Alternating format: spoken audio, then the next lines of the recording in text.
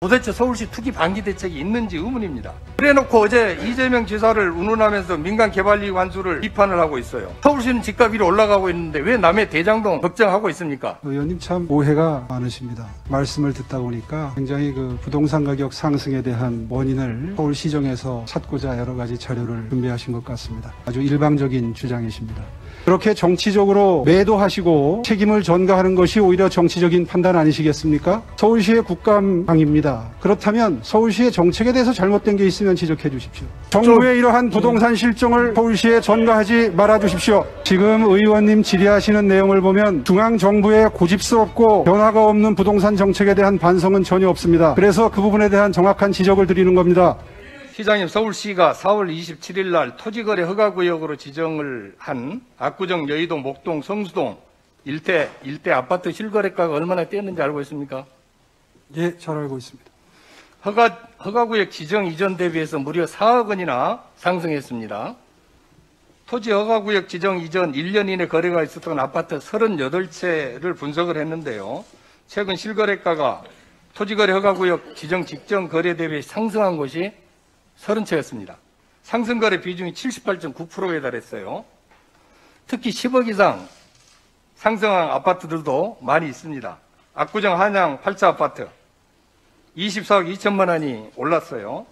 압구정 현대 2차 아파트 15억 원이 올랐습니다. 이 외에도 억 단위로 상승한 아파트가 다수 나타나고 있습니다. 오늘 한국경제신문 보니까 여의도 시범 아파트 지정한 이후에 신고가를 계속 경신하고 있어요. 민간 재개발 등 오세훈 시장표 민간정비 활성화가 서울시 부동산의 불안을 오히려 확대하고 있는 것처럼 보입니다. 지표가 다른 통계에서 계속 나오고 있어요.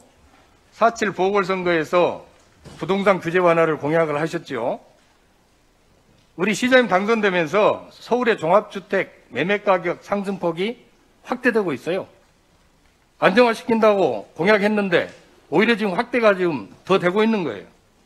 2월에 0.51% 상승폭을 기록했던 서울 집값이 이사 대책으로 3월 상승폭이 줄었어요. 0.38%.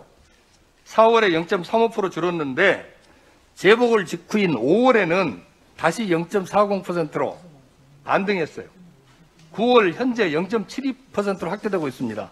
시장 당선되시고 나서 안정되기는커녕 안정되려고 했던 아파트가 다시 올라가고 있단 말이에요. 우리 시장님 민간 개발에 서울시 부동산 시장이 극심한 불안에 지금 휩싸여 있는데 이게 과연 부동산 시장 안정이 되고 있는 겁니까? 책임을 통감을 해야 될 것으로 생각을 합니다. 그런 고민을 시장님이 하셔야 돼요. 대장동, 답변 드릴까요? 경기도 고민할 게 아니고 부동산 시장 불안의 득을 보는 거는 투기 세력들이에요. 그렇지 않습니까? 피해를 보는 것은 무주택 서민들입니다. 재건축이 진행이 되면은 지금 오른 실거래가보다 더 많은 수십억 단위 불로소득이 투기 세력에게 돌아간다고 봅니다. 도대체 서울시 투기 방기 대책이 있는지 의문입니다. 서울시 투기 방기 대책은 두 개로 볼 수가 있어요. 첫째는 토지거래 허가구역을 지정을 하고 조합원 지위 양도제를 만드는 거죠. 그런데 그 부분에 대해서 토지거래 허가구역 지정은 이게 자칫 잘못하면은 민간에게 불로소득을 퍼주는 지역을 공표한 것밖에 안 돼요. 반드시 조합원 지위 양도제 이게 도입이 돼야 됩니다. 근데 지금 이 중요한 거를 잠재우고 있어요. 조합원 지위 양도 제한 시기가 앞당겨져야 투기 세력이 못 들어오지 않습니까? 그런데 이 부분에 대해서 우리 국토부에서도 오세훈 시장님의 이 방침에 대해서는 합의해서 진행하는 걸로 되어 있는데 법을 통과시키기 위해서 오세훈 시장님이 한 것이 없어요. 우리 국토위 의원들하고 이 부분 신속하게 통과시키기 위해서 면담 한번 해본 적이 없잖아요. 있습니다. 민간 정비로 투기를 조장해 놓고 투기를 막기 위한 이런 조치들을 세우지 않은 거는 투기 조장 내지 묵인밖에 안 돼요.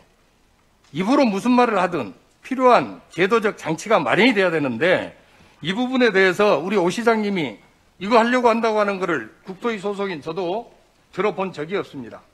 그래놓고 어제 이재명 지사를 운운하면서 민간개발이익 환수를 비판을 하고 있어요. 서울시는 집값이 올라가고 있는데 왜 남의 대장동 걱정하고 있습니까? 설명드리겠습니다. 이게 선거에 나온 게 아니에요. 우리 오 시장님은 시정을 잘 살피셔야 돼요. 거기에 집중을 해야 됩니다. 최근 문재인 대통령이 주재한 지금 공식 회의석상에서 참석을 안 하고 있잖아요. 이게 협치가 안 되고 있는 거잖아요. 이런 중요한 정책들이 제대로 작동하기 위해서는 반드시 협치를 하고 필요한 제도적 장치를 마련하기 위해서 여야를 불문하고 거기에 대한 도움을 필요하면 요청을 해야 되는 겁니다.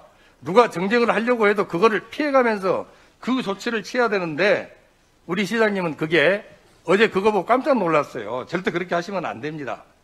우선 우리 시장님께서 서민 주거 안정 이거는 반드시 이루어야 될 목표 아닙니까? 우리 정부의 목표예요.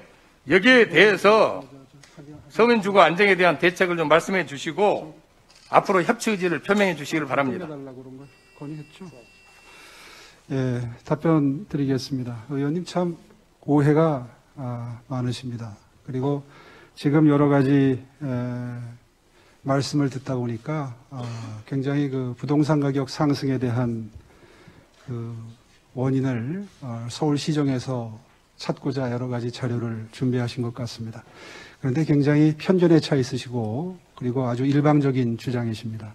간단히 보여드릴 수 있는 도표를 준비했습니다. 이 도표를 보시면 서울, 경기, 인천 지역 부동산 가격 상승이 어떤 정부 방침의 발표에 의해서 부동산 가격이 올랐는지가 일목요연하게 표시가 되어 있습니다. 2018년 9.13 대책부터 2019년 12.16 대책 그리고 2020년 7월 10일 양도세 강화 시점에 오르면 가파르게 오르기 시작하는데요. 임대차 2법, 3법 도입 이후에 많이 올랐습니다. 그리고 토지거래 허가구역 지정 이후에 변화 상황을 보여주고 있습니다. 이건 서울시의 그래프가 아니라 맨 위에 빨간 것은 서울시 그래프고 가운데 푸른색은 경기도, 그 밑에 인천입니다. 주택가격 변화 추이가 똑같습니다. 수도권 전체가. 지금 오세훈 서울시장 취임 이후에 주택가격이 올랐다 이렇게 책임을 전가하고 계시는데요. 저는 조금도 동의할 수가 없습니다. 이 그래프를 보시면 경기, 인천도 똑같게 가파르게 오르고 있는데 그렇다면 경기나 인천도 보궐선거가 있었습니까? 그렇게 정치적으로 매도하시고 책임을 전가하는 것이 오히려 정치적인 판단 아니시겠습니까? 서울시의 국감장입니다. 그렇다면 서울시의 정책에 대해서 잘못된 게 있으면 지적해 주십시오. 조금 더 설명드리겠습니다. 충분히 답변 드릴 기회를 주십시오. 제가 생각하기에 부동산 가격이 오른 것은 이 정부가 막무가내로 부동산 세제를 강화했기 때문입니다. 두 번째는 임대차 3법도 월세와 전세를 끌어올리면서 이것이 매매가격 상승으로 이어져서 이것이 연쇄적인 상승 효과를 만들어내고 있기 때문입니다. 세 번째가 각종 정비사업을 하지 못하도록 규제했기 때문입니다. 의원님, 조금만 들어보시면 제가 설명할게요. 정부의 이러한 부동산 실정을 서울시에 전가하지 말아 주십시오. 좀 더 설명드릴까요?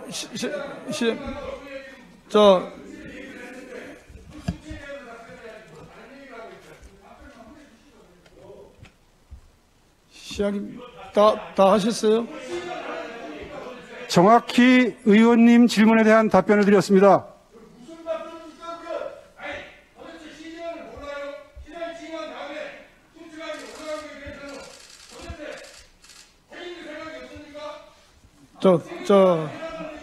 부동산 가격이 상승하는 데 대해서는 잠깐만요. 저도 매우 송구스럽게 생각하고 안타깝게 생각합니다. 그러나 지금 의원님 질의하시는 내용을 보면 중앙정부의 고집스럽고 변화가 없는 부동산 정책에 대한 반성은 전혀 없습니다. 그래서 그 부분에 대한 정확한 지적을 드리는 겁니다. 우리 시장님도 시장 그만하시고 우리 김혜자 의원님